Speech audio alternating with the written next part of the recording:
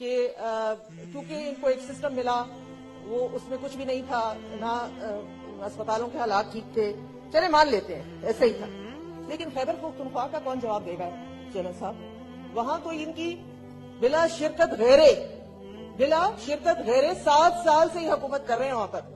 اور اس وقت کرونا سے جو سب سے زیادہ متاثر صوبہ ہے, جس کی سب سے بری صورتحال ہے, وہ خیبر پختونخوا ہے. خیبر پختونخوا میں بار بار یہاں پہلے بھی MTI سسٹم کا ہم لوگ یہاں ڈسکس کر چکے ہیں. ان کے ایک کزن ہوتے ہیں ہمارے وزیر اعظم صاحب کے, ان کا نام ہے برکی صاحب, نوز شرما برکی صاحب. وہ کل وہ تھے, اس کو جو آپ کہتے ہیں نا اختیار کل جو تھا ہیلتھ کا خیبر پختونخوا کا, وہ ان کے پاس ہے. بلکہ پورے پاکستان کا بھی ابھی جو نیشنل ٹاسک فورس بنائی ہے وہ بھی اس کو ہیڈ کر رہے ہیں. PMDC کو جو کچھ کیا وہ ہم یہاں ڈسکس کر چکے ہیں, میں اس کو ریپیٹ نہیں کروں گی.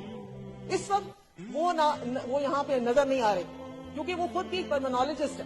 Keep that in mind channel صاحب کہ وہ خود اس جو مرض ہے کرونا کا, اس کے ایکسپرٹ ہیں. وہ پاکستان تشریف نہیں لائے. 7 سال جنہوں نے بیڑا غرق کیا پورے سسٹم کا, اب وہ نہیں ہے. جس وقت جنگ ہے اس وقت جو سپہ سالار ہے, جو سو کالڈ سپہ سالار تھا, سیلف ڈکلیئر سپہ سالار تھا, وہ اس وقت غائب ہے. پردے اسکرین پہ نہیں ہے, اسکائپ پہ نہیں چلتا چیئرمین صاحب. اسکائپ کے سارے اوپر جو ہے ڈیسیجنز کیے جائیں وہ نہیں چلتے. اس وقت خیبر پختونخوا میں آپ کو میں صرف ایک اسپتال کی حالت بتاتی ہوں, that is the lady reading hospital. وہ ہمارے پشاور شہر کا سب سے بڑا اسپتال, بلکہ صوبے کا سب سے پرانا اور بڑا اسپتال ہے. وہاں 100 سے زیادہ ڈاکٹرز انفیکٹڈ ہیں. اور کیوں انفیکٹڈ ہیں؟ وہ گورنمنٹ کی نیگلیجنس کی وجہ سے انفیکٹڈ ہیں. ڈاکٹرز مارے کھاتے رہے روڈز پہ آ کر, صرف اس لیے کہ وہ مانگ رہے تھے PPEs. ان کو وہ PPEs مہیا نہیں کی گئی. اور ظلم یہ ہوا کہ جب ہماری وہاں گائنی کا جو سیکشن ہے خیبر پختونخوا کے ریڈنگ ہسپتال کا, جہاں وہاں 1-2 لیڈی ڈاکٹرز انفیکٹڈ ہوئی, تو ڈاکٹرز نے کہا کہ جو باقی ڈاکٹرز ہیں ان کی ٹیسٹنگ کر دیں.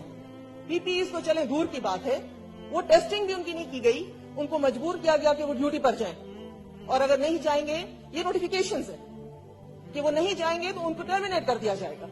نتیجہ کیا ہوا؟ اس وقت وہاں 100 سے زیادہ ڈاکٹرز انفیکٹڈ ہیں. لیڈی ریڈنگ کی جو گائنی کا جو پورا یونٹ ہے وہ بند کر دیا گیا ہے. اگر پشاور سٹی کے اندر کسی بچے کی ولادت ہونی ہے تو وہاں کوئی سرکاری اسپتال اس وقت موجود نہیں ہے, کیونکہ وہاں کا جو مولوی جی ہسپتال ہے وہ پہلے ہی بند ہو چکا ہے اسی انفیکشن کی وجہ سے. تو کیا حکمت عملی اور کون سی تیاری اور کون سی میٹنگز کرتے رہتے ہیں یہ لوگ سارا دن, جس میں یہ مصروف ہوتے ہیں.